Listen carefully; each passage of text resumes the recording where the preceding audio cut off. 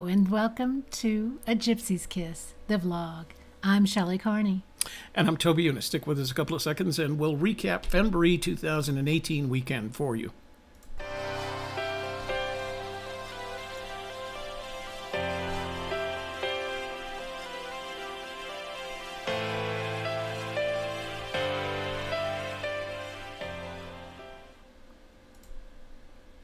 And we're back. We are indeed.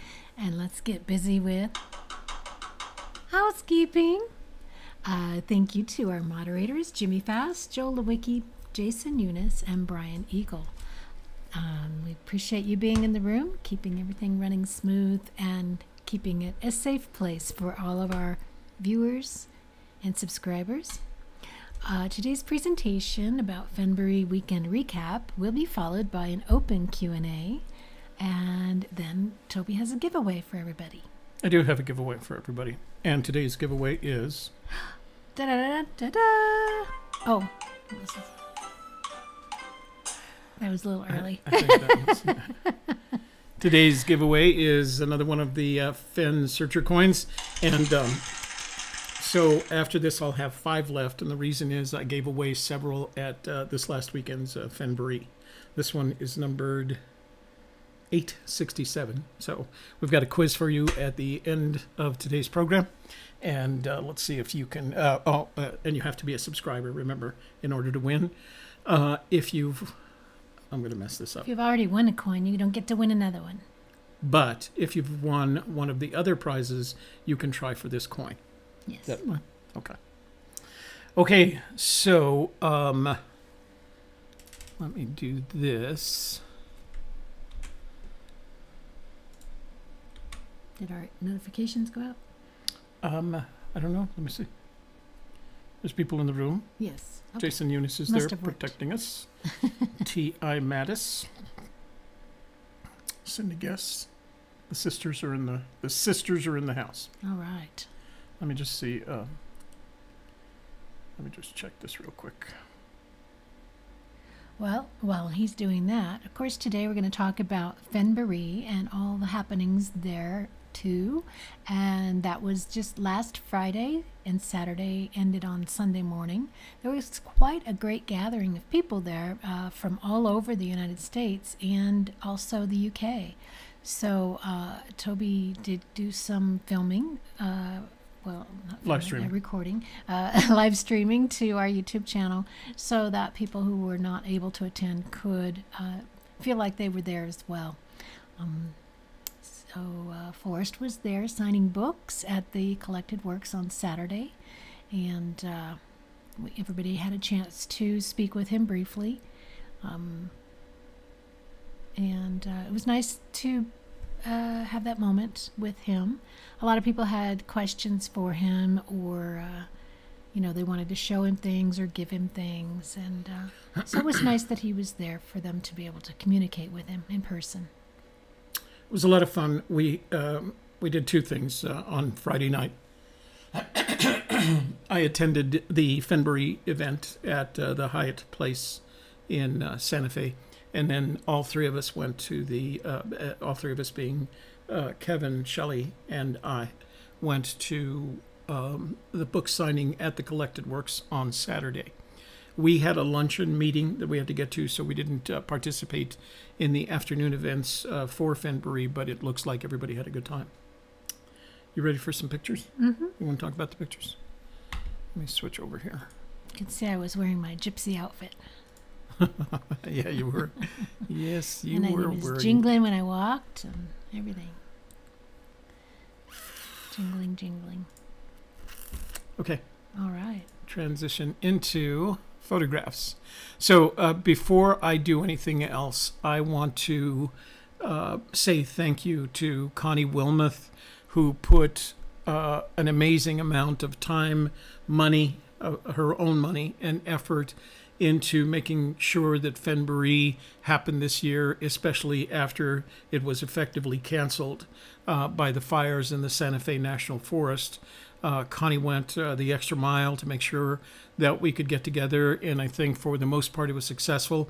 I think a lot of people are dependent upon traveling and camping in their RVs, and of course when you're staying at a hotel, that eliminates that possibility. So the numbers were definitely down, but it looked like the people that did attend were enjoying themselves. And again, if you know Connie or if you're on her Facebook page, please take a moment to thank her for all the time and effort and, like I said, money that she put into making this a success.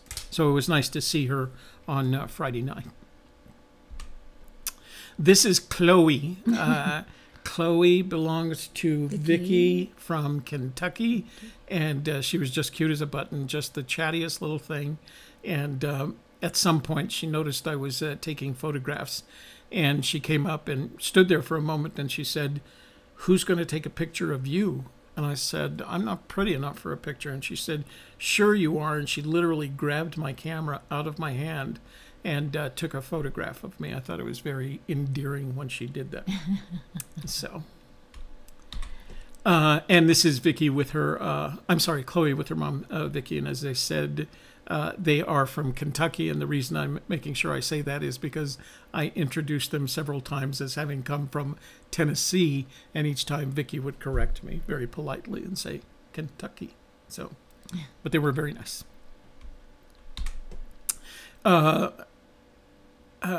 Connie had laid out a spread of food that included the fixings for Frito pie, and it was plenty of food for everyone, and of course a basket full of bananas in the background, so everybody could grab a banana. This was my version. And everybody tried to grab their own banana as they went flying by. Because that's a Fennism. Yeah. Grab every banana. So this was my version of the Frito pie. I call it Santa Fe style because I added green chili to it on top of the red chili. And this is my favorite. I can tell you the reason this would not be Shelley's favorite is because it has onions on it, and she doesn't like onions. So, but they were really good. This is a reporter. Her name is Sheila Flynn. She was one of two journalists at the event. Sheila is from New York, but she represents the Daily Mail, which is a UK newspaper. And she was there to not only cover Fennboree, but for the weekend to do a story on the Fenn treasure.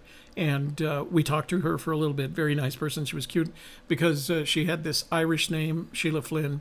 And when she first started talking to me, I recognized kind of a underlying Irish tone. And I asked her, and she said she did, but that she had been in New York so long. She had been living in New York City so long that she had lost the majority of it. What did you ask her?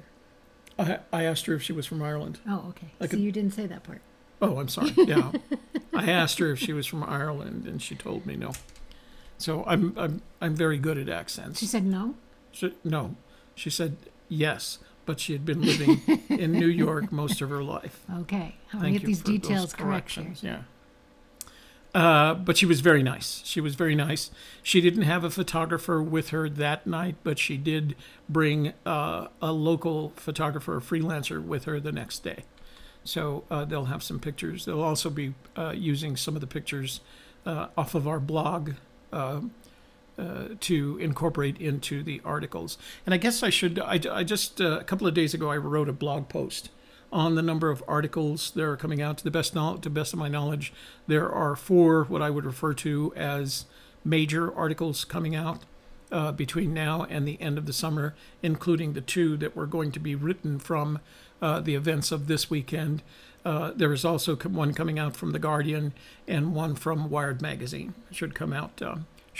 All should come out before the end of the summer. So there was an article out this morning on something called Direct Expose. I have 2 cautions for you. There is no new information. It is simply a rehash of previously published material. A lot of advertising, and when I opened it, it attacked me with malware.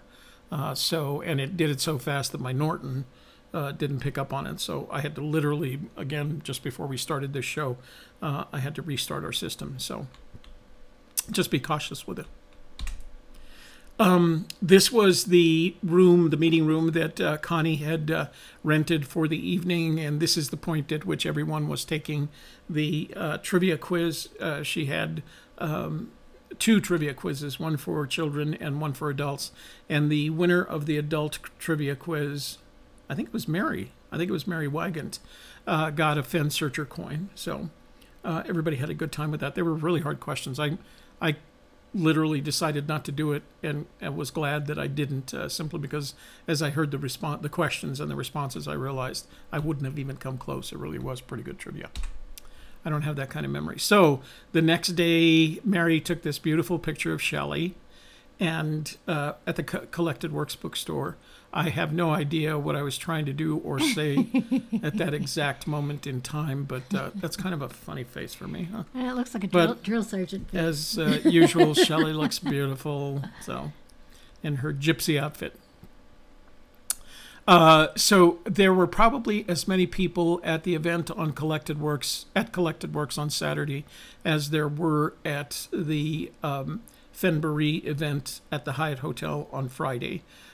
There were some differences. There were people there were people that I had not seen at the Hyatt the previous night that were at Collected Works. So, the numbers kind of balanced out in terms of who showed up and who didn't. This woman. So I want to make 2 points on here. If you can see Kevin in the background, and he's holding the rig that I took with me that day. It was a very lightweight and mobile rig, and I'll tell you more about that later in this program. But that woman is Miranda Collins, and she is a journalist from Esquire magazine, but from the UK. And she was there with her sister, Annie, who was her photographer. And they were in town for the weekend again to do some reporting on the Fenn treasure. Both of these journalists had already met. We talked with them. Both Shelley and I talked with them. And both of these journalists had already visited with Fenn in his home and were planning to do so again on Saturday afternoon. And I know that Sheila had an appointment with him on Sunday as well. The place did have enough journalists. There was also a young freelancer there. I don't recall her name, and I apologize for that. Who was covering it, but as a freelancer, she didn't say for whom she was covering it. She may just write the article and put it out there and see if it gets some traction with one of the other publications. So, but it was interesting to see so many journalists still interested in the story. And honestly, as usual, I'm hoping that they tell a different version. Even this version that appeared in Direct Expose this morning is the standard. There's an old rich guy hid a treasure.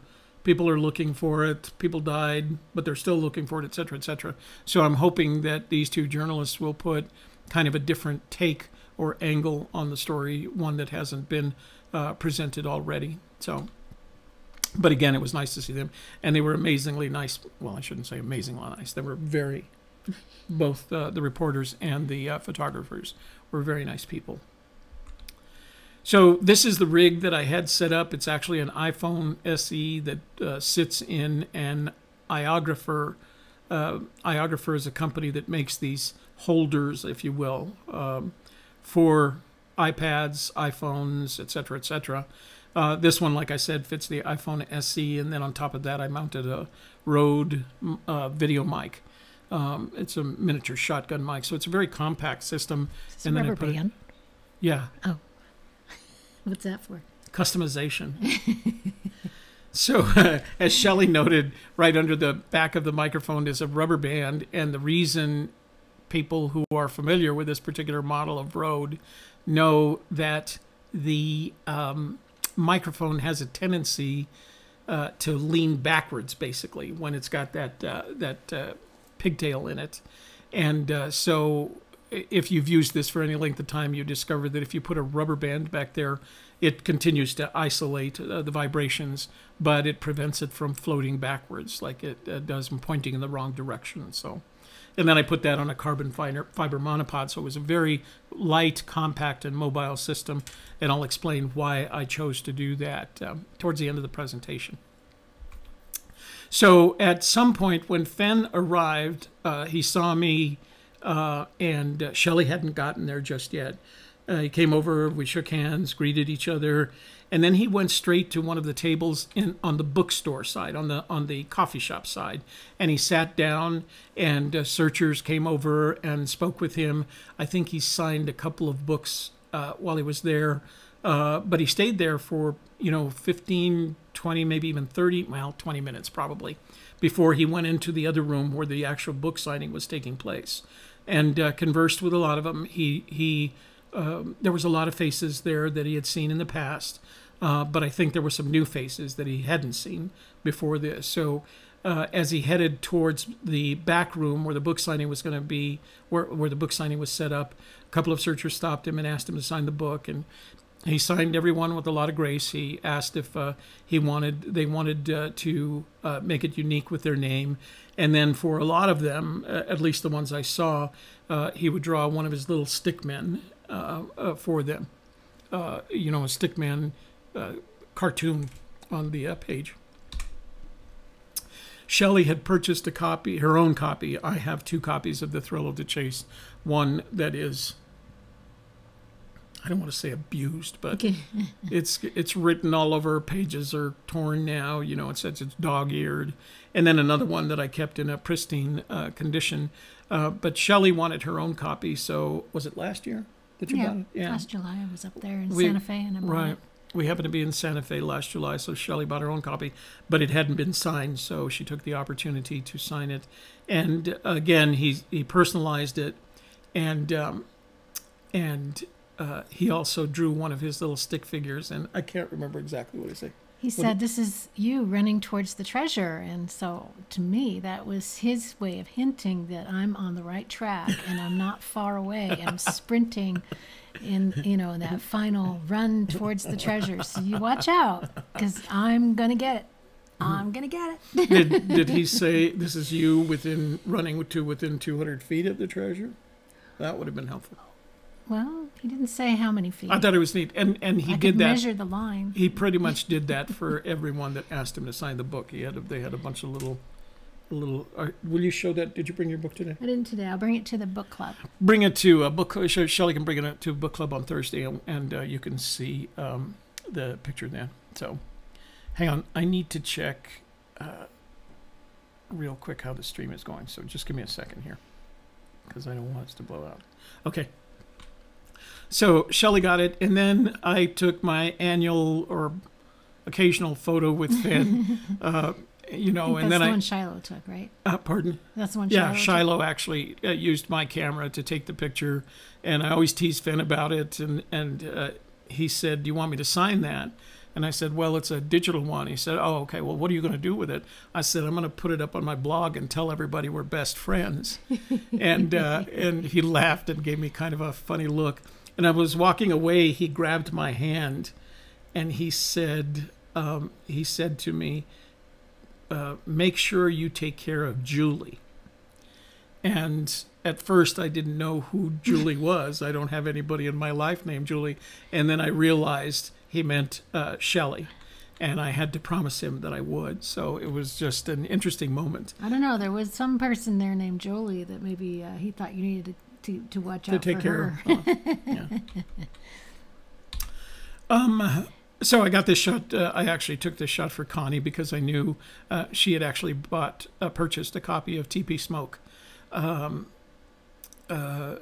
to have him autograph it. I'm sure she has. She's such a big fan of Fenn's that I'm sure she had to buy another book just to get him to sign it. What was interesting to me about TP Smoke, there was another gentleman that bought a copy and asked him to sign it. And Fenn said, oh, I forgot who TP Smoke is. Who is TP Smoke about? The artist.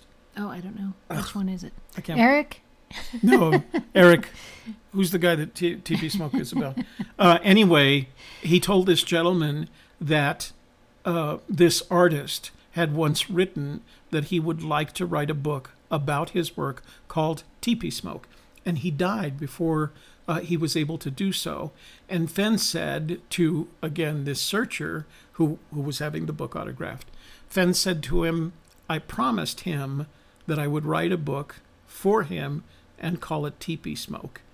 And he said, the guy said something like, well, he must have been very grateful.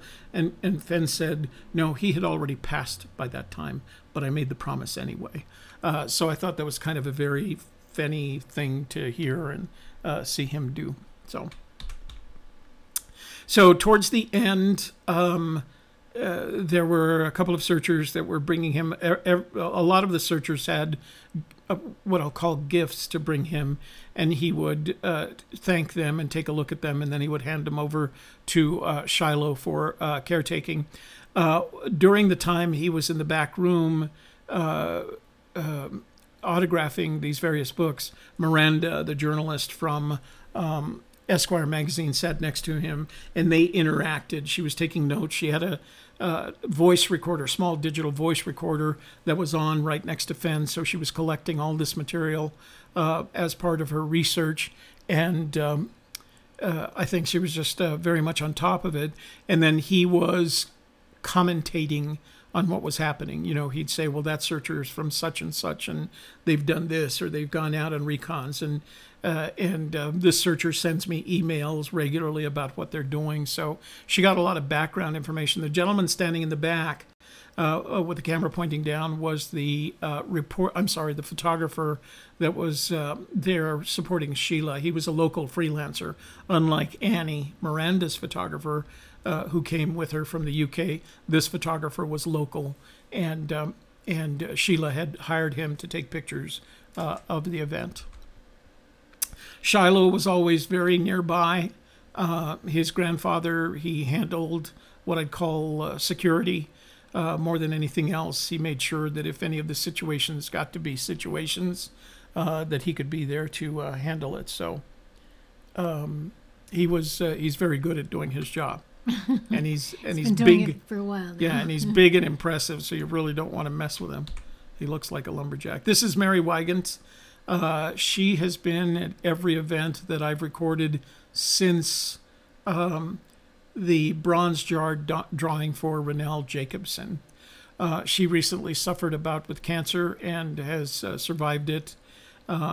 She was telling me the night before that this was the first time in a year and a half that she didn't have to wear a wig, that was her natural hair that had finally come out after the chemotherapy. That's Shiloh, of course, in the background. And Fenn with his favorite turquoise belt buckle. So after the event, Shelley and I and Kevin headed over for a luncheon meeting at the Santa Fe Bar and Grill. Kevin took this picture of us. It was a good day. We felt like we got some good footage, but it was an interesting day for me because it was pretty much different from anything that I've done prior to this, and I want to spend a few minutes talking about that if I can. So give me a second to make a transition here.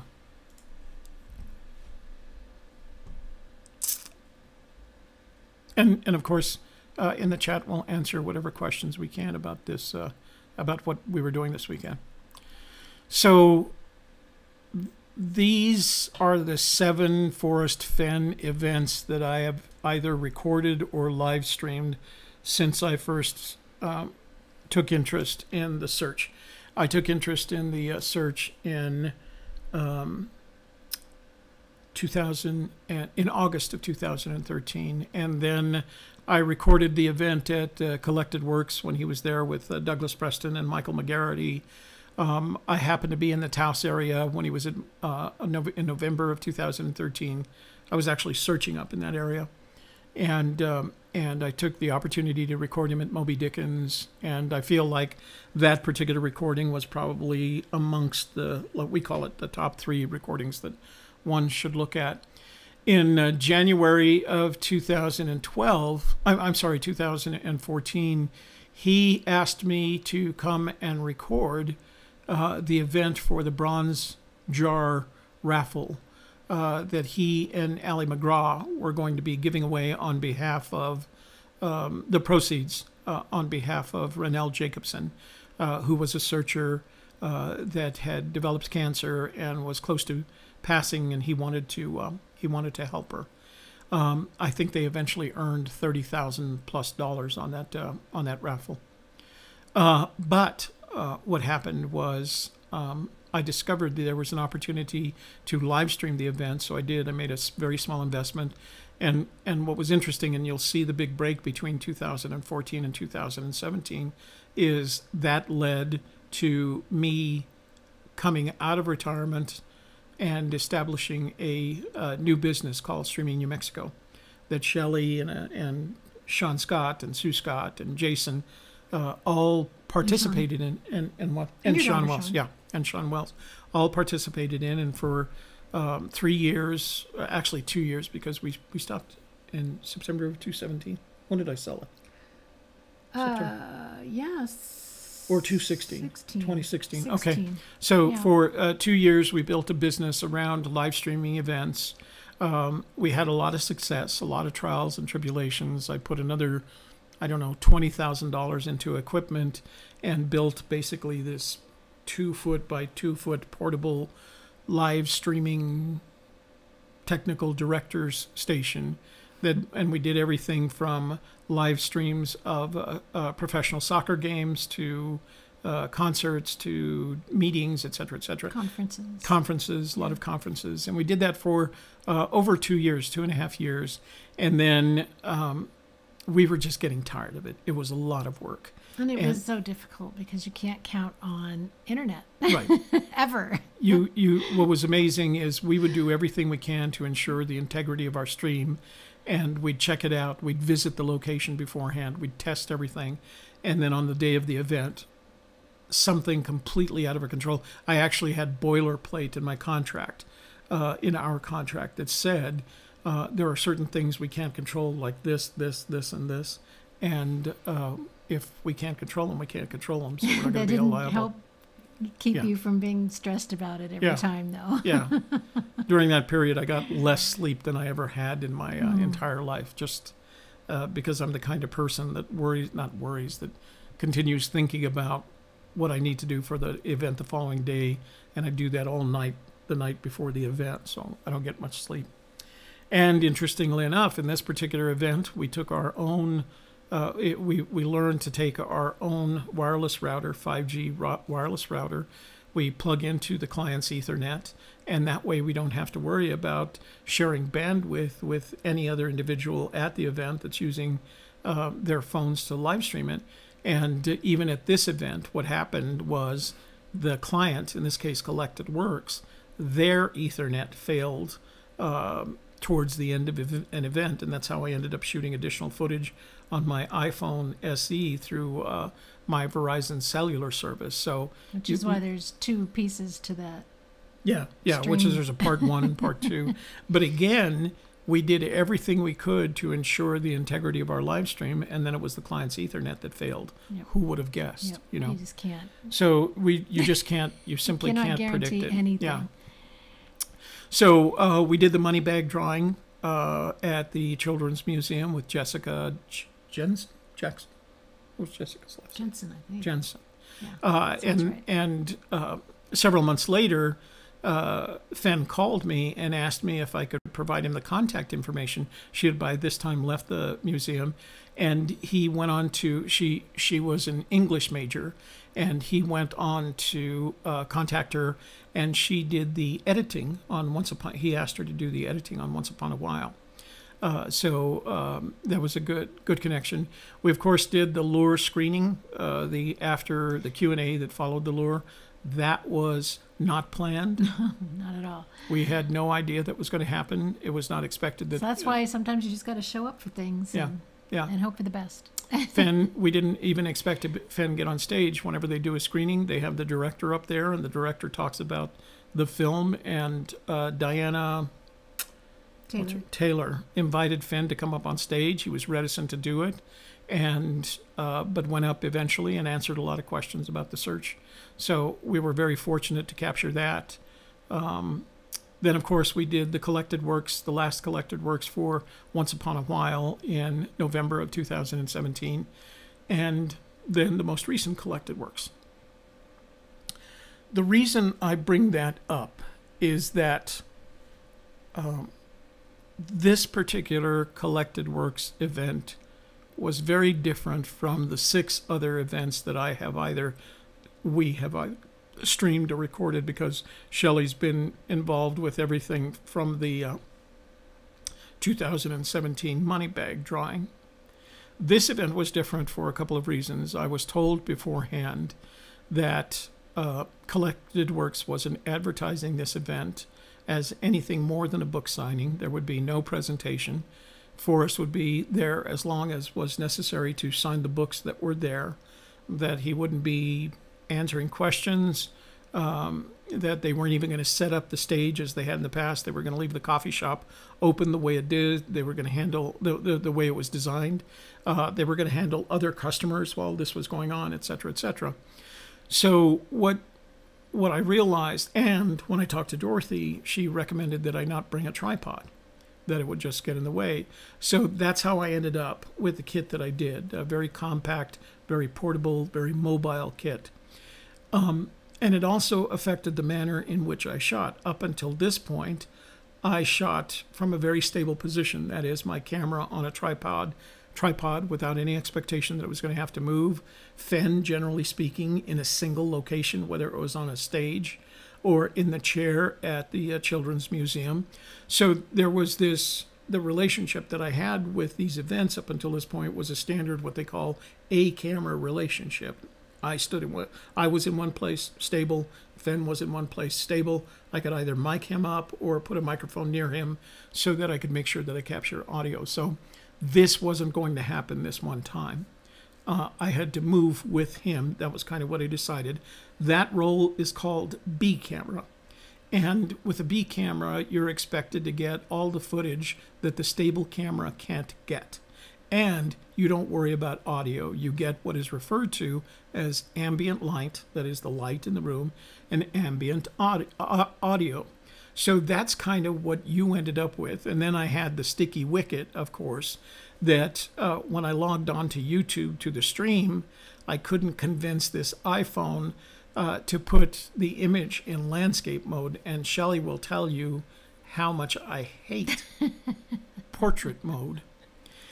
But I couldn't get it, the event, I couldn't get it to, I don't think it was the iPhone, I think it was how YouTube saw the iPhone stream that prevented it from moving into landscape mode. What was weird, of course, is I followed up by using my other iPhone, and it worked perfectly. So I had to stream in portrait mode, which I wasn't happy about, but did it. The other thing is that I was streaming as a B-roll camera, so there were other things taking place that I was paying attention to. You'll hear some of my conversation on the recording, and that conversation takes place with people that were in the room, as well as on location, and as well as people who were chatting while they were watching the live stream. In addition to that, I made the decision that I wouldn't be wearing headphones. And the reason is I knew that the iPhone, in combination with that particular Rode mic, handles the audio very well. It attenuates it very well. It does a really good job. But it's not designed for an interview style of audio capture. So I wasn't wearing headphones, so I wasn't hearing, because of all the other sounds that were going on, and because I wasn't pointed like a shotgun mic would be pointed, I wasn't hearing all of the conversation. For the most part, I would say that 95% of the people that showed up for that collected work event were traditional searchers with traditional requests. Now, I will point out that, like everyone I've ever seen, all of the searchers who got time with Fenn wanted that time to be, for lack of a better description, sacred, exclusive to them, to the exclusion of everything else that was going on in the room. I think everybody behaved that way, and the reason I know they behaved that way is because when I'm with them, I behave that way. I want his attention. I want to get his picture, and I want to have that brief conversation with him that makes me feel like I'm connected to him. Everybody wanted that. But then I noticed, and this happened because of the style of shooting that I had chosen for this event, this B-roll camera event. I've never been in a situation where I've watched Fenn physically interacting, and what I mean by physical, within reach of another searcher. I haven't had to. You can look at all the other events that I've done, and none of those are recorded in that B camera mode. But this time it was. So not only were they in touch with him, but I was in contact with them, right? I could see what was happening, although I couldn't hear a lot of what was happening. And what I realized was that there was a very small number of searchers who wanted more than just the sacred time. They wanted information, and they worked really hard in order to get Fenn to provide them information about their, I imagine, their solution. Some brought pictures, some brought drawings, some made reference to particular images in the book, and they were relatively insistent about it. They seemed like they needed some sort of confirmation, some sort of validation for what they were doing. What impressed me about it was that Fenn, once he realized kind of what was happening, he did a really good job of deflecting it, almost if he was expecting it, and almost as if he was practiced at it. It was amazing, kind of, from my perspective, to watch all of that. And it caused me to wonder if that's what he has to deal with every night when he gets all those emails. He even asked one of the gentlemen who was there, are you the person, and I won't use their name, I don't think that's fair to them, are you the person that I get all those emails from? And he admitted that he was. At some point in each case, Fenn would look over the person's shoulder at Shiloh, and Shiloh would mitigate, for lack of a better way to describe it, the situation in sometimes what I would call an assertive way. He was very good at that. And I think you can be very good at something when you realize what you're doing is effectively protecting your grandfather. So it was interesting to see that. It was something that I hadn't seen before, and I was almost hesitant to leave the video up because it had some of this imagery on there. And I decided to go ahead and do it, to leave it up, just so that you could see it, not necessarily for the purpose of being critical of anyone. That's not my intent. It was just a different perspective from, it was a different perspective for me, and I wanted to make sure that I recalled it, right, as much as anything. So that's why the video is still up there. It made me uncomfortable in the situation. I don't want to say it stressed me out, but it did make me uncomfortable, and I even to this point, I'm not sure whether it was uncomfortable for me or uncomfortable for Fenn. And if you look at that video, my guess is it's going to make you uncomfortable as well, because it's hard to watch. But it should be watched. And it struck me that this may be, we've said over and over again that Fenn seems to be stepping back from the search in the physical part of the search where he's in contact with searchers. Ever since the event of May 18th, the screening of the lure. And if this is what he feels like he has to deal with, I can understand that. I can understand him wanting to maintain that arm's length relationship. So, well, it's my understanding that last year at Fennboree there were people who were verbally attacking him. Assertive, very assertive, yeah. And that's one of the reasons he didn't want to do it again. Yeah. So I suppose that he felt at least more comfortable at the bookstore with two of his grandsons watching over him. Yeah. And Dorothy, of course, who wouldn't let anything happen in her bookstore. Right. That was unseemly. So I think he probably felt more comfortable than he would have had it been the same kind of Fennboree that they had they'd last had year in the past. Yeah. Well, I was glad to see him. I thought he was in good spirits. I thought he looked good. He was moving just a tad bit slower, like any 88-year-old would, 87-year-old would.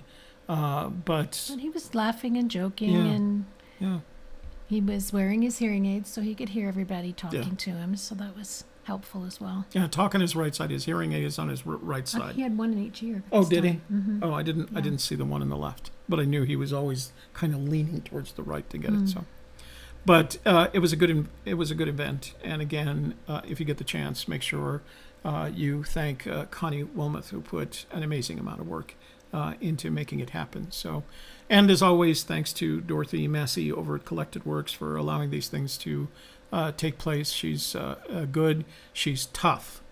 But it was nice to see her, and I was happy to hear that that she expected us and wanted us to be there. So it always hasn't been that easy. I think she has a better understanding now that that allows a larger number of people to be there without having to be there. Yeah, they can be there remotely. Okay, so those are our impressions and opinions on the event. I imagine they're going to have to make a decision about next year, because if the forest, if the Santa Fe National Forest is in, they'd go back to an outdoor one. So we'll see. That, of course, assumes someone doesn't find the treasure between now and the end of the summer. Yeah. Okay, so I'm going to move over to chat. Remember that you always have the option for live chat to get your questions asked. If you make a little donation, it highlights your question, and we make sure that we get it answered. I got to switch over to live chat here as well. So let's see what that message was. Since it was my daughter, I'll see if it was that your daughter? Important.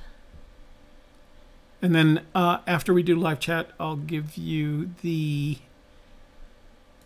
clue. Okay, you ready to go back to full screen? Uh-huh. There we go, full screen. Okay, you're on camera, texting with your daughter. Shelley just got a message from her daughter, and our rule is that when the children text, we respond. Okay, let me go over to the chat room and open up that and scroll all the way back to the top. Okay. Alrighty. You're at the top. Okay, well, let's say hello to all our friends in the room. Eric's here. Hooray. Eric Schmidt.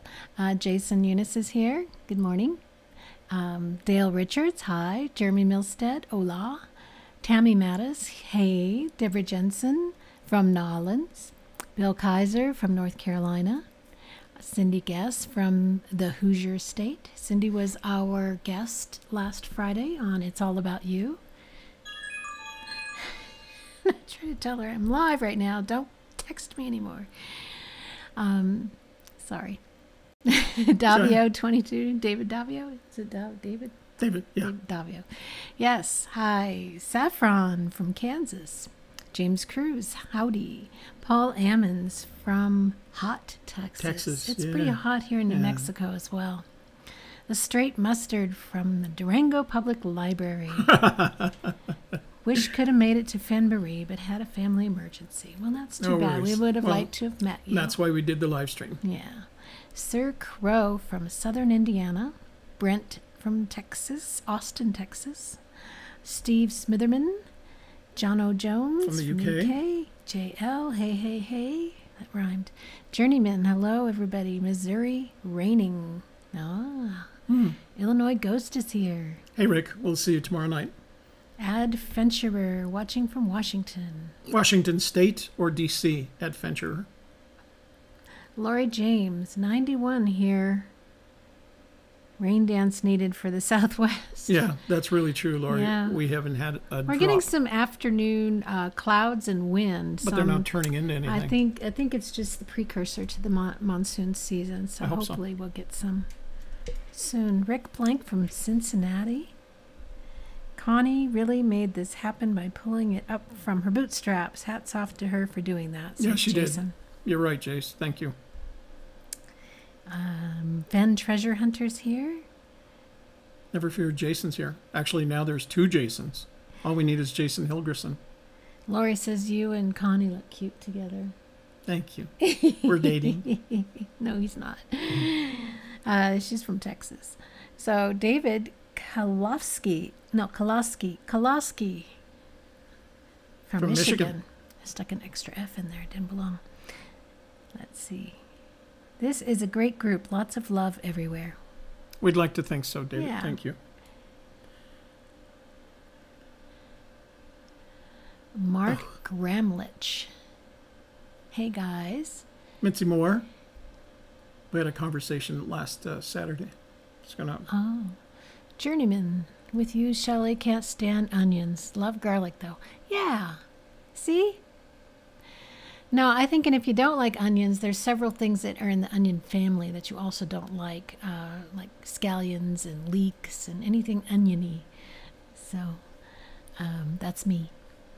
Adventurer. Do you have the Adventure Channel? No, oh, he's no, not. no. He's talking to Eric. Oh, okay. The Daily Mail. Unfortunately, that's they don't. He doesn't like that paper. John O. Jones, the UK. So it must be kind of like the Inquirer. Well, she writes for thedailymail.com. Hopefully that'll make a difference. So. Yeah. Everyone who has a channel, post your channel name for your new fans. There you go. Okay. Good job, Jason. David Dowse from San Francisco. Alifat from Miami. Gerard from Colorado. One of my daughters lives in Boca Raton, so I get there at least twice a year. I'll be down there soon, actually. Michael Cohn wanted to get down there. Don't know. Oh, he wanted to go to New Mexico, I think. Mm-hmm.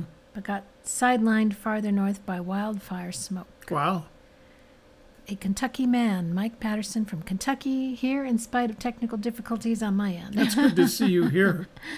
Way to be persistent. James Cruz has a channel for painters and artists. Oh, I think I've seen it. Actually, I visited it. Yeah, he's got a big number of subscribers too. Edward Owen is here from Boise. Yeah, Mitzi, I checked it. There is no government shutdown. There's no reason to do it right now. They're dealing with immigration issues, so budgeting is already done. So there's no. Jono wants to know: was Fenn a little rude to you? He said something like, "Butter wouldn't melt," then asked you to be nicer to someone. Well, that was when Fenn asked you to take care of Julie. Oh yeah, that's when. Yeah. He did. He asked me to take care or be nice to Julie, and that was he had confused Shelley's name with Julie. So yes, yeah, that was after I teased him. I don't know. You saw me teased him about what I was going to do about the photo. Of course, that's the first time he met my husband too. So yeah, it wasn't like you needed, to take care of me. No, got a husband. Jon Bobbitt's here. Jon Bobbitt, I didn't, only because I've looked at the material and it doesn't look to me like Forrest Fenn. And the reason it doesn't look to me like Forrest Fenn is he's 87 years old, for God's sakes. Jason says that Toby and Forrest Fenn have a complex relationship. Yeah, that's, yeah. Illinois Ghost says, I don't know about New Mexico, but in Illinois you call Julie before you dig. Julie, is there Timber? No. The electrical, the person. Oh. The electrical the company. Power, the one phone number you call before you start digging. I see. So it must be an ad that they use. Before sure you dig, call Julie. Oh, interesting. Says Edward Owens got the mirror from Jason, and it's very nice. Jason Joseph Henry Sharp, TP Smoke. Oh, That was the guy that had already passed away, that Fenn promised he would write a book called Teepee Smoke on his behalf. Right. He said he told the one of the people who brought that book up for an autograph that it took him 12 years to research that book. That's pretty persistent. Mitzi Moore says, I got my car fixed yesterday and the mechanic was a searcher. I told him thanks for helping me get back up on the mountain to get the treasure chest before he does. He looked very irritated. Yeah, that would do it. Adrian George just stumbled upon a centuries-old secret posted yesterday. I don't know what that is. Jojo? Well, so Jonah...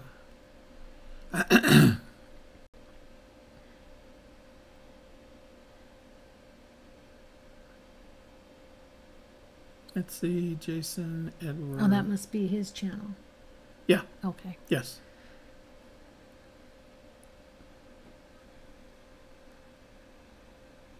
Pootie. They call Jason Pootie. Yeah.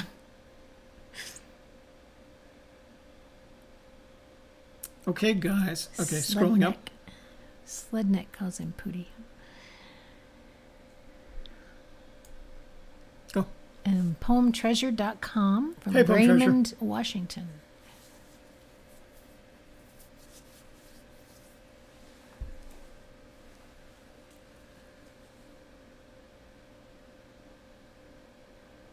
Okay, so nobody's even talking to us anymore.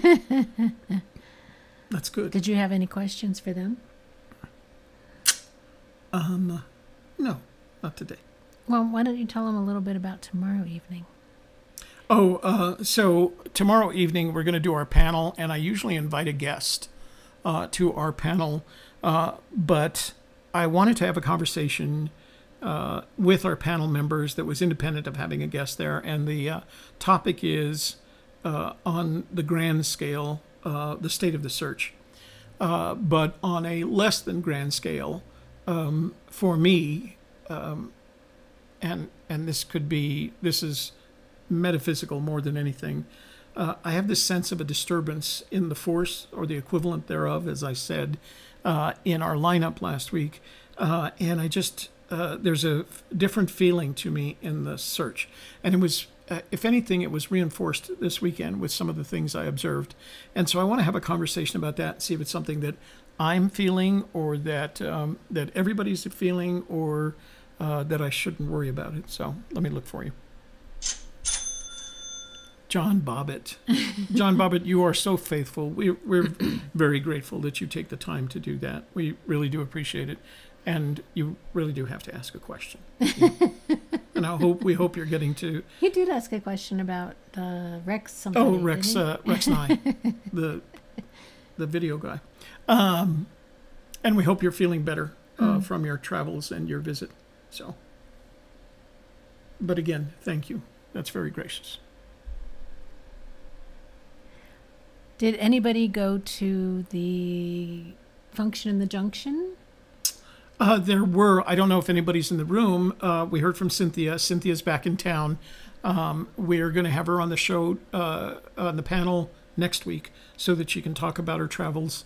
There were several people. I noticed there was an image of the function in the Junction, of the folks that attended the function at the Junction, in the Fennboree Facebook page. There was a group photo.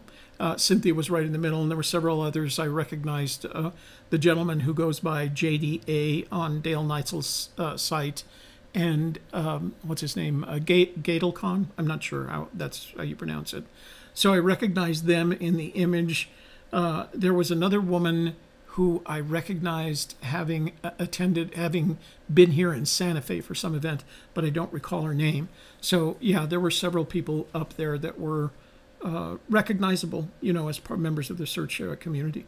So I think they had a good time. It looked like they had a good time. I also know that the writer for the Wired article was up there. I don't know if you recall Cynthia telling a story that when he felt like Fenn had given him a hint he was going to head for Yellowstone.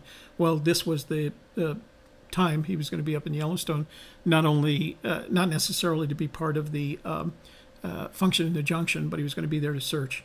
And then he attended the function in the Junction. And again, when we have when we have Cynthia on next week, we'll talk more about that with her. And Bill Cross is here, and Craig Carter, and I'm at the bottom. Okay. Let's say when. Jason Helgerson's here. Hi, Jason. And we saw him on We saw Saturday. him. We saw him at Collected Works on Saturday, along with his daughter. Was that your daughter, Jason? Digital Coin Hut says the venue seemed awkward and subdued. It is a very tight fit in there as well, especially on the bookstore side. Yeah, like I said, they didn't plan it. Usually when they have an event like that, they set up the stage, and then they set chairs up around the stage, so it's very organized. This one was not as tightly organized. And like I said, there was no intent that he was going to do a presentation. It was just a book signing. So they set it up like they do the book signing, where the book signing room is actually away from the main, what I'd call the main room where the coffee shop is. Brent from Texas says, I'm sure he's very practiced at deflecting. Sad he still needs to do that, though. Yeah, he sounded and looked like he was practiced at it. Very efficient. Very efficient. Eric Schmidt says, I guarantee Fenn has regrets about starting this whole thing. I think he thought more positively about human nature when he started. Being the man he is, good to his word, he won't stop the chase. We hope not. Not that he could at this point anyway, I don't think, could he? Well, Jason says, what kind of splash do you think Forrest Fenn thought this thing was going to make when he was hatching the plan, and do you think there is part of him that regrets the explosion? So let me answer your second question first. Yes, I do think. I think he completely underestimated what was going to happen after he agreed to appear on The Today Show. The Today Show. I think he completely underestimated what would happen. Up until that time, you have to remember that the plan was to publish 1,000 copies of The Thrill of the Chase, sell it locally in the Collected Works bookstore, and let the people of Santa Fe, mostly his friends, enjoy the adventure and the, quote, thrill of the chase, unquote. Then the media got a hold of it. The article that Margie Goldsmith wrote for United Magazine, that kind of started it. That led to a couple of other articles, and then that led to the Today Show, which has literally tens of millions of viewers, and it exploded. And I think, I was going to say he underestimated it, but that's not the right word. I think he didn't have any idea. I mean, he wasn't thinking in terms of underestimation and overestimation. I think he didn't have any idea the impact of that being promoted on these national, in the national media, nationally sized media, would have on the search. Now, he's no dummy, because immediately after that, I'm sure he made some decisions that caused the publication of Too Far to Walk and planning for Once Upon a While. So he's not a dumb guy looking at a marketing opportunity. He's smart enough to take advantage of it, and he did. But again, I don't believe he had any sense of how big it was going to be as a result of those appearances on both print and television would have on the search. And I do think that he probably has some regrets about that. But he also took advantage of it from a marketing perspective, because I believe that had there not been the national exposure that it received, there wouldn't have been a Too Far to Walk and a Once Upon a While. Let's see. Steve Gehagen says, did you happen to mention book club to Forrest, and what were his thoughts if you did? Steve, as Jason said, my relationship with Forrest is complex. So I don't ever use the opportunity to promote anything that we're doing. I'm sure that if he wants to find out what we're doing, he can look at it when he does. But I don't mention it. I don't talk about it to him. I'll tease him, like I said, when I take the picture, I always tease him about, I'm gonna tell everybody we're best friends and things like that. And I'm not sure if he takes part of that seriously and, like, is not happy about it. So Jason's description of a complex relationship is accurate. It is a complex So relationship. no, the answer is no. We didn't talk about book club. We didn't talk about our show at all. Fight Club. We talked about Fight Club. People there knew who we were because they'd seen the show, and I figure that he also is aware of it. So if he wanted to bring it up, that was up to him, and he did not. Let's see. Edward Owen says, was there any indication that he still felt the treasure would be found this summer?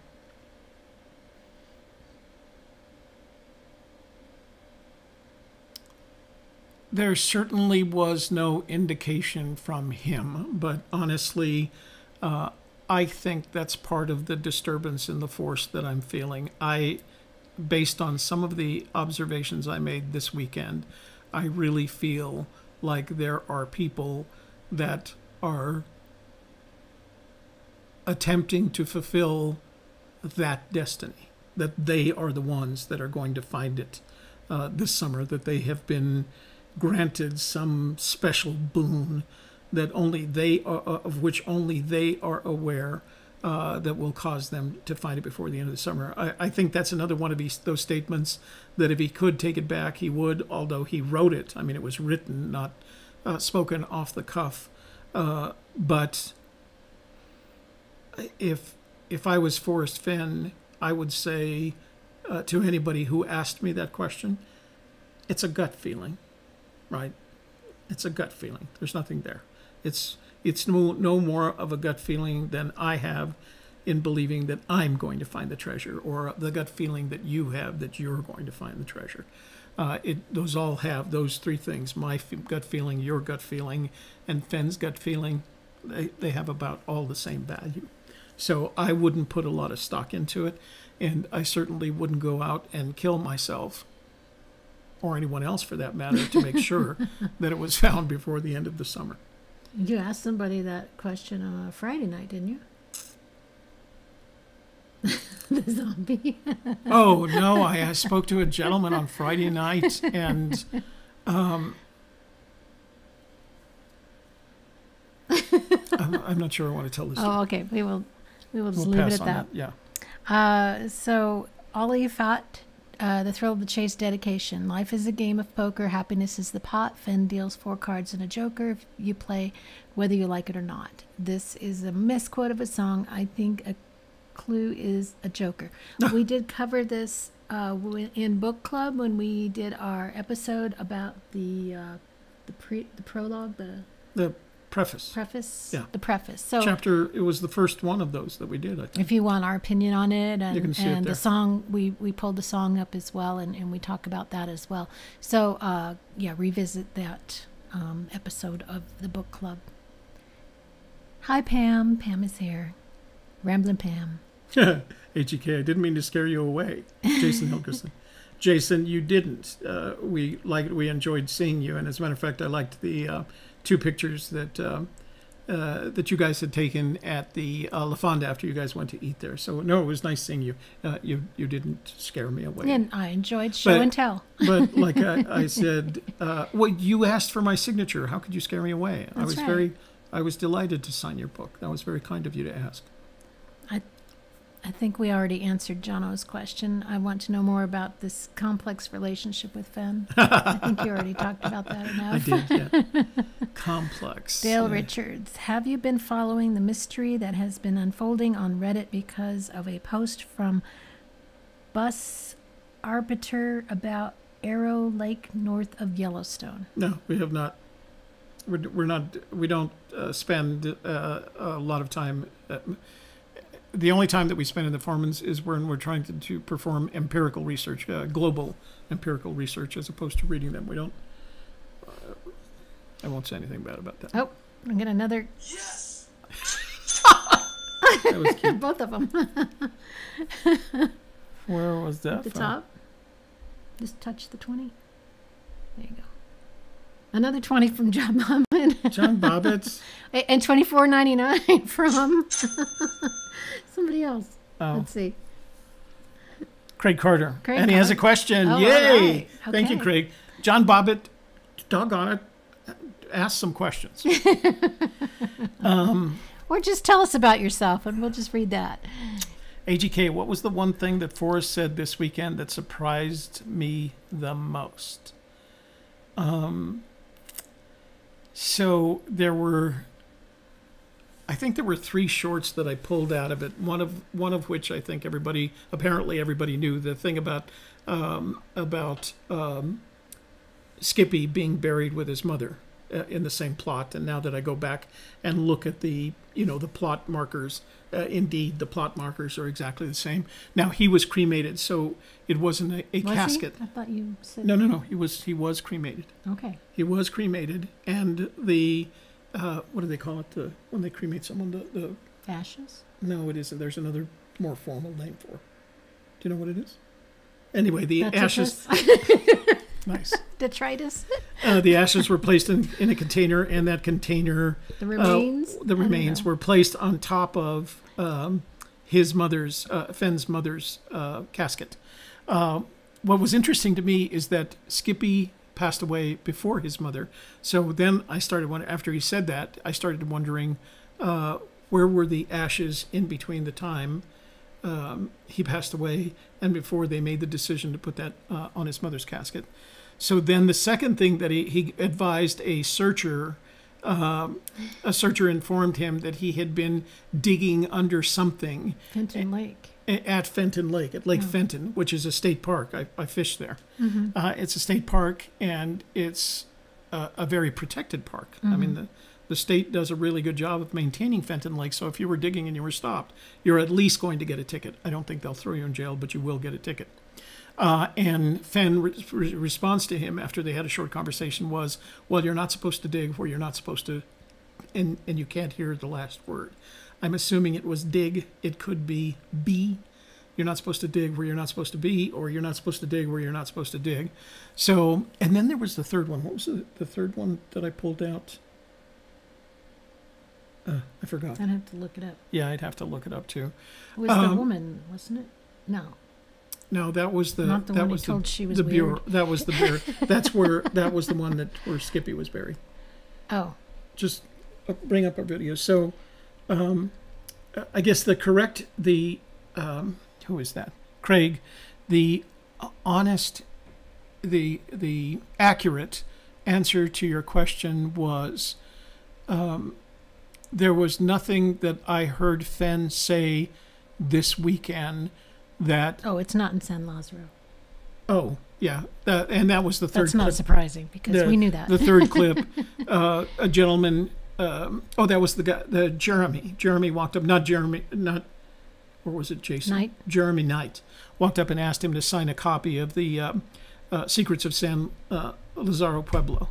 And as he finished signing it, he pushed the book back in the direction, and he said, it's not buried. The treasure's not at... I'm not going to use a buried word.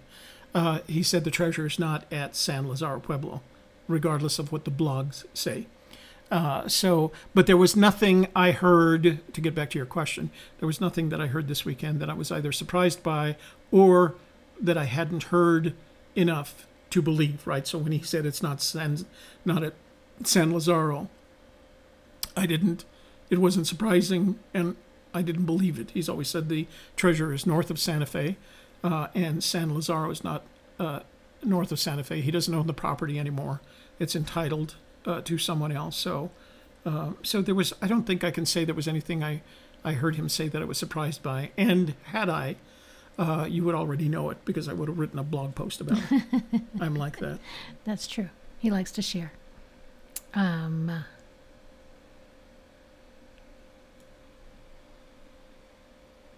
Oh, Bill Cross says, I thought the dude that brought to Fenn his map drawings of all the hot springs in the Rocky Mountains was shocked when Fenn proceeded to mark it up. Yeah, he did look like that, because it looked like he was a relatively young man. And he handed that map to Fenn. Fenn kind of asked what it was, and he responded by saying, this is a map of all the the location of hot springs in the Rocky Mountains. And Fenn took his Sharpie and put a mark on it and said, you missed one, or something like that. And I thought the kid, he just gave him that look of speechlessness, like, you didn't just mark up my map, did you? So Fenn seemed to have fun with that. Well, you hand it to him, he's going to do what he's going to do. And I think that is one of those deflections. So when you tell him with another searcher, the searcher wanted him to validate something on page 99. And like I said, did I say this already? I don't know what's on page 99. I'm going to go have to check it out, because apparently there's this big old clue on page 99. And he asked him something about it. He pointed to that, and he asked him what it was. And Fenn responded by saying, oh, well, that's where the treasure was buried, and put another X on it. So I think that's one of the tools that he uses to deflect, because at that point you go like, oh, okay, well. So the treasure X he put is on page 99 in Vietnam. You're right, in case you're looking, in case you're looking, wondering where it is. In case you're looking for it, it's back there in the old Nam. Eric suggests that we just have today's prize for the people that are here right now. Oh, nice, Eric. I think Eric wants to win. Has he not won yet? I think he's won a non-coin prize. Oh, okay. Jon Bobbitt says, those pictures on Rex and I's YouTube page are probably from files from a long time ago that are just posting from 2012. You're smarter than that. So is Forrest Fenn. I believe you're absolutely right about that, Jon Bobbitt. And Why Must I Go says, considering Skippy died at least 1 year before his mother, do you think above means higher up or north? I would say above, and the reason is if you look at the,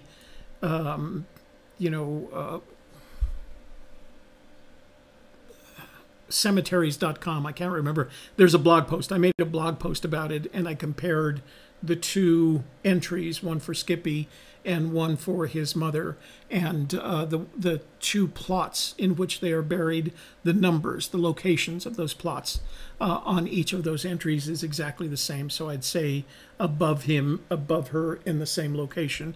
But again, my question is, what was done with those remains, the ashes, Skippy's remains? Well, it could have been in an urn, and just when they buried her, they decided to bury him along with her. Right. Yeah. And they just could have decided that, I don't need to have the urn sitting here anymore. Right. Let's put Where was it to sitting? rest. That's what I want to know. Where was it sitting? It could have been in Fenn's I don't know. home. If anything, it should put to rest any further discussion about the burial plots of his family. So, Jason, are you being bad? Why are you retracting your messages? Hey, Ron. Dan Gelati, or is it Gilati? How would you say that? Right there. Gil or Jill? Oh, I don't know. Galati. I'd say Galati. Just to... Okay. Well, hi, and thanks for spelling my name right. I always appreciate that. Dale Richards, AGK. Some think it is Fenn related. Jimmy's GPS solution fits it perfectly. Others think it is another treasure or geological mystery unfolding. Folks are gathering at the lake this Sunday to find out. Do you know what that means? I have no idea. Oh. Dale Richards, we don't know what you're talking about. Sorry. Maybe you can give us a little Fill us hint. in there, Dale. Give us a hint. We don't know. Oh, David Dow says, I stopped by the function at the junction, but I had a 13-year-old with me, so I didn't stay. Oh, well, in the photograph that's on the Fennboree page, there was somebody's daughter there, a young girl there too.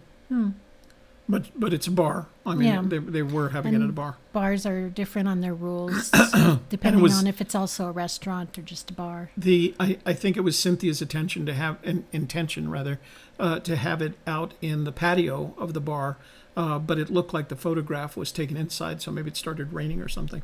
Possible. The treasure is in Connecticut? Nice. Well, that'll save us a lot of trouble. Connecticut is a lot smaller than I hope so, because Connecticut is a lot smaller than New Mexico, Colorado, Wyoming, and Montana. Unless he made a mistake and he meant to put CO instead of CT. Denise wants to know, hey, Tony. What? That's what it says. Okay, I'll go with it. Tony. People call him Tony all the time, which is funny. What? Well, you are very Italian after all. After all, yeah. That's It's this right. haircut. And my pinky ring.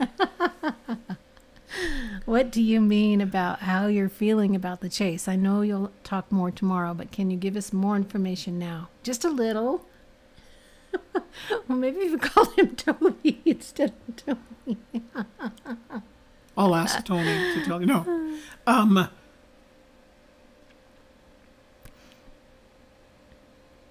So the implications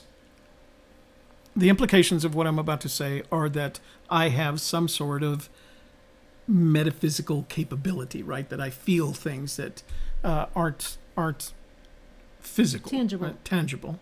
But that's true of everybody. Yeah, that's true of everybody. And when you're especially close to something, you've got to remember that I spend anywhere from 40 to 60 hours a week on the Fenn treasure hunt, whether it's preparing these programs, doing research, or not. So I'm very attached to it physically. The result of that is that there's a metaphysical component that you really can't explain. But when you spend 60 hours a week with something, you're going to have that, right? So what I'm sensing right now is neither. It's like Fenn's Fizz. It's a gut feeling. So I have a gut feeling that there's something different about the search, and that something different is making me uncomfortable. I can't. I have to think about it in preparation for tomorrow's show, but that's where I am with the matter, and that's as much as I can tell you today. I hope that helps and doesn't create additional questions. And Davio22 suggests that the change is that there are more videos, not more searches. I don't know. There are a lot of videos. There are definitely. But they are actually dropping off a little bit compared to a month ago. Oh, it was his daughter, Jason Yes. Helgerson. Addison. Addison. Who do we know named Addison? Oh, that little actress. Addie, remember? We have an actress here in Albuquerque. She's probably in her, I don't know, college by now. No, But she's probably in her late teens. when we first met her, she was kind of a young actress, but just beautiful. She had these big, beautiful eyes and blonde, curly hair, and people were casting her. Straight. Oh, is it? Yeah. No, didn't she? No. Okay. It's long and straight. So she had these big, beautiful eyes, this long, straight blonde hair, and people were casting her in all kinds of roles. So I believe she was going to make a career out of acting. So we haven't seen, since we got out of the film business, if you will, I haven't paid much attention to her. Addison. Okay, Dale Richards is trying to explain, but I still don't get it, but maybe you do. It all started as a coded set of images. Decode, put an X on a small island in the lake. Then a date and time was released. That is why folks are headed up there this Sunday. Oh, up where? Which lake? Yeah. We don't. We're still lost. We're Sorry. still lost. You When know, you say up you know there- stuff we don't know. Yeah, apparently you're way ahead of us on this thing, Dale. Okay, Mitzi, you go, girl. Dan says hi to you. Hi, Dan. Jono says, someone said to me that pre-2013 everyone thought it was only the mountains above Santa Fe, but with Too Far to Walk, everyone was really shocked that it was most of the Rockies. Is that how it played out? Yeah, That's yeah. why we did an episode called Fenn Discovered the Rockies in 2013. Yeah, if you go back to our list of videos, you'll find one called Forrest Fenn Discovered the Rockies in 2013, because prior to that time, the Rockies were never mentioned. Mm-hmm. The only indication of where it was in The Thrill of the Chase, where right before he talks about the poem, he said he hid it somewhere in the mountains north of Santa Fe. And we have a blog post about the weirdness of somebody telling you, I always tell Shelley, if I was to kidnap your dog and tell you that I hid it somewhere in the mountains north of Santa Fe, would you go looking in Colorado? So we did that show. It's on there. We believe that was the point at which we decided we couldn't trust anything written after December of 2010. And there is another episode, an episode that I asked permission of Fenn before I published it, and it's called Forrest Fenn Died in December 2010. And it describes what we would be left with if he had passed away in 2010, there would be none of this follow-on material, including the 2013 recognition that the treasure is in the Rocky Mountains. So, but Fenn always said he's not going to stop somebody if they're, if they're going the wrong direction. He's going to let them figure it out on their own. And somebody suggested to him during an interview that the Rockies went all the way to Canada, and he agreed, up into Canada, and he agreed. And so it would indicate to me that somebody suggested to him that the mountains north of Santa Fe could include all of the Rockies, and he just agreed because he didn't want to, correct somebody and tell them they're going the wrong direction. Let them figure it out on their own. On their own. And then it just grew from there. So. He said 7% wacko factor, but 90% of the wacko came a calling. Yeah, it's kind of how we felt about it, Journeyman. Davio says the Today shows were very big, lit the fuse to the bombs. Right. Yep. Page 99. Here we go. AGK. Fenn owes you guys a lot for the exposure and contribution. He should be thankful of the work you do. Thank you, Jono. Thank you, Jono. But again, that's part of that complex relationship we have with him. Right. Eric Schmidt says, Toby Skywalker, may the force be with you. The treasure is on the Madison River between Madison Junction and Hebgen Lake. Oh, dang nabbit. We thought it was down here in New Mexico. Jacobs figured it out. Hey, Damon, by the way, you're going to love today's prize trivia quiz for today's prize, Fenn quiz. Searcher coin. Yeah, that's a hint. AGK says, Jason, why didn't you try to get more drone shots and collect it? Yeah, Jason, you've been there more than he has. If you knew Dorothy the way that I know Dorothy, it's hard enough to get a tripod in there, much less we couldn't even do a that. drone. It's a very small space. Adventurer is jealous of something. Jon Bobbitt says, the profile picture on Recognized page came out before the cover of Too Far to Walk.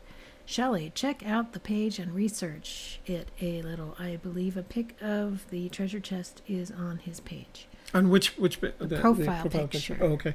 We'll take a look at it. Recognized page? Recognition? Yeah. Do you know what that means? Oh. Well, we'll figure it out. We'll figure it out. Davio, I have found the word that is key. No, Davio, we haven't. We've been looking for it. We have guesses. We don't know. Urn. Right. Right. I said urn. Oh, you did? Well, you wanted the name of the remains, not the urn itself. The container. I was looking for the name of the container. Oh. Well, I didn't know that. You said... I have 2 full articles out in the Washingtonian, Toby, and I have another one coming out next month with Vanity Fair. John, on the topic of the search, that's the Vanity Fair article that they're always talking about over at Chase Chat. So. Vanity Fair. I know it's about your life story, John, but did you mention the search as well? Yeah. Cremains, says Cindy. Cindy, are you just making that up? Did you just make up that word? Michael Elder says, Fenn told us where Skippy was buried and Too Far to Walk. Oh, okay. The story is more about uncovering the cover-up. Oh, that's interesting. Is that that's why they say, because that people corrected me and saying we were in Too Far to Walk, and then I realized they were using, there's a photograph in there. It's not the photograph is talking about it. What happened there? I don't know. I think it just. Why do you have a picture of Chloe up on the screen? Because that's where it's following us. I haven't slid it all the way over. Oh. I thought you were showing it now. No, it's caught up. It hasn't caught up with us. Okay. Davio says 80% of the book is a story, 20% is real enough of his life. It's that 80-20 again. No, Davio, that's not true. You can dig on BLM land, and each one of the locations has a depth to which you can dig. Some as little as 2 inches, some as much as 12 inches, but you have to ask the person who's responsible for that particular section of BLM land before you dig. Dan Amich says, great stuff, folks. Have always enjoyed your efforts. Thank you. We enjoy our efforts too.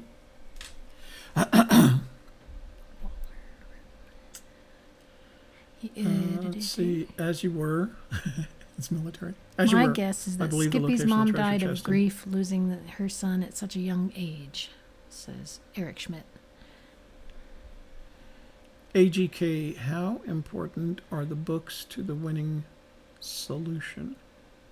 Oh, well, if you believe what Fenn says, there are hints in the book that will help you solve the clues in the poem. And he's talking about the thrill of the chase when he says the book, because he does tell us that as well. So I think if you have the thrill of the chase, or if you watch our book club and you've got the poem memorized, then you have everything you need. Everything else is superfluous and may eventually help you figure out the person or more about the search, but I don't think it'll help you find the treasure. It is now my opinion, after 5 years of doing this, that you need the poem. And as Shelley said, the books give you insight into Fenn's personality and how his behavior developed, why Fenn is the person that he is. So that could help in understanding kind of him. But I feel like we're at the stage now where if I never looked at any of the books again, and I own all of the memoirs as well as some of his other books, including the Secrets of San Lazaro, that if all I had is the poem, that's what I'd work with. And that's pretty much where we're at right now. And Jason's calling you woo-woo. Yeah. It's the woo-woo influence here. That's is what right. it is. Well, Jason's woo-woo too. He's a little bit woo-woo. Yeah. He's mystical. He even plays that wooden flute really well. So Yeah, he does. It's very mystical too. Yeah. We're mystified at how he does it so well. Okay. Scrolling up to Lori James. Okay. Okay, that's as far as I'm going. Lori James' opinion is the difference is more talk and some tension between beliefs. You know what, Lori? My problem is that there seems to be less talk. I agree with you on the tension part, but I just have this sense that, well, we'll talk about it tomorrow. Mr. Greeley says hello. Matt, miss your studio for Tuesday. Apartment is nice for book club. Matt, it's exactly the same room. The studio used to be over there. It just took an hour to set up and an hour to take it down. So yeah, the difference is the studio is in my dining room, apartment dining room. And we had to stand for the whole thing. Yeah. So we got tired. We just got tired. We had to put up lights. Toby's got a bad knee. I got a bad knee. I got a bad knee. Yeah, so... Michael Cohen wants to know, how sure is it that Forrest said it does not involve a dam? You can actually go to Terry Scant, enter the word dam, and it'll tell you the exact quote. And he did say that. Yeah. It was at a point, he was talking about people digging up things and said that it wasn't, I think he had a fear of people, dams are not safe places, right? And I think he had a fear of people going and hanging out around the bottoms of dams or something. But he did say that. Jono wants to know, why would Fenn open it up to the Rockies if it wasn't wider than New Mexico sort of area? He'd just leave it with people thinking it was just above Santa Fe, wouldn't he? Marketing. Again, he doesn't like to stand in your way if you're going in the wrong direction. He'll let you check it out. It's just marketing.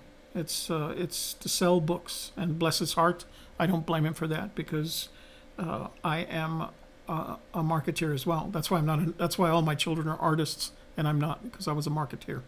And it opens it up to tourism throughout the treasure states rather than all being concentrated in New Mexico as well. So that was his intention, that he says anyway. Jon Bobbitt says, I believe a picture of the location of the treasure chest is on Rex's YouTube page. If I know where the treasure chest is, can I take AGK? There it would be worth more and we can share. I like the Sotheby's idea. We're happy to share. Jon Bobbitt, it's in New Mexico. That's our only constraint. We'll be happy to join you as long as it's in New Mexico. Mitzi Moore, I'm at the grocery store and single Cliff bars are on sale. Nice. All right. Heron Sarfady. That's a new name. Toby, maybe you're feeling what Fenn has been feeling, that the treasure would be found this summer? No. I'm not. It's not. It's that I'm 95% confident that the treasure will not be found this summer. Mary Green is here. Minotaur Moreno wants to know, did anyone drink a little too much at Fennboree and tell you something interesting about the chase you didn't know yet? Nobody was drinking. They may have had cocktails in the afternoon, but we couldn't make that. There was no drinking. There was nothing in the Hyatt because the Hyatt told them that they couldn't drink any place but at this very small bar that they had up in the front of the hotel. So there was no alcohol being served in the room.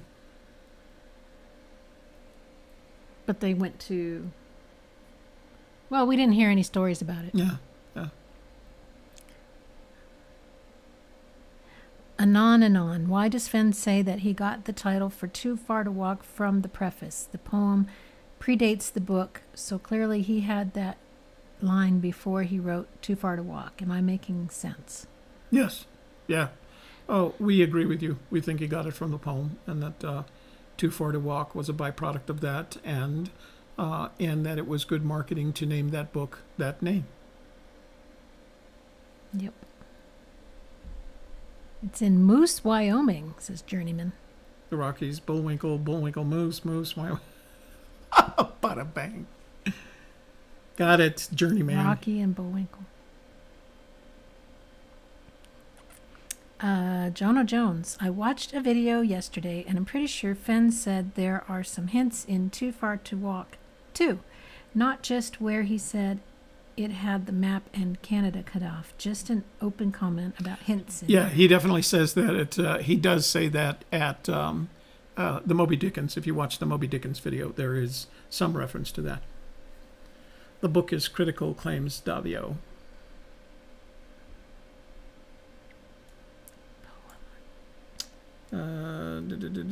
Chest is not associated with the man-made structure. The book, that's how I found the key, which is so critical.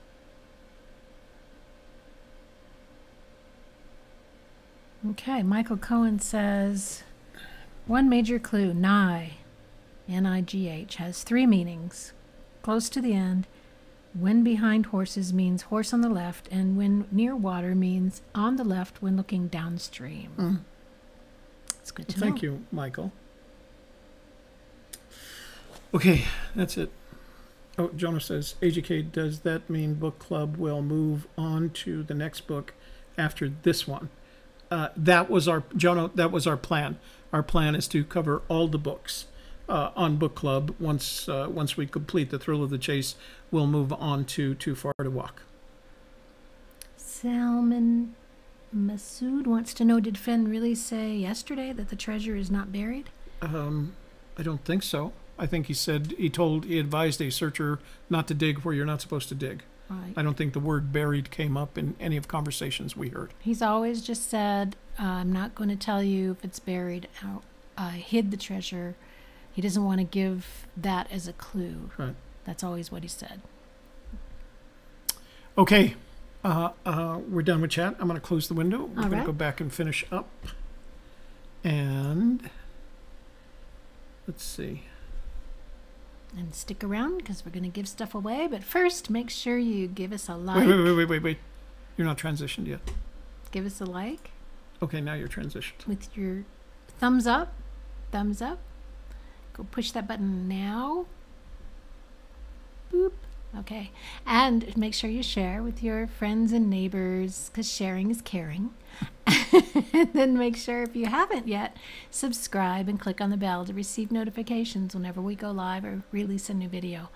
And Toby has something for you. I do. So we're going to transition back to full screen. I'm going to transition here. And okay, here we go. You're going to get to see it for 5 seconds. This is today's challenge. Ready? Ready? Okay, hang on just a sec. Hold on. Wait. Oh. Okay, And here it comes. Okay, I'm going to leave it up for 5 seconds and then switch back to full frame. All right. Okay. 3, Everybody 2, ready? 1, and...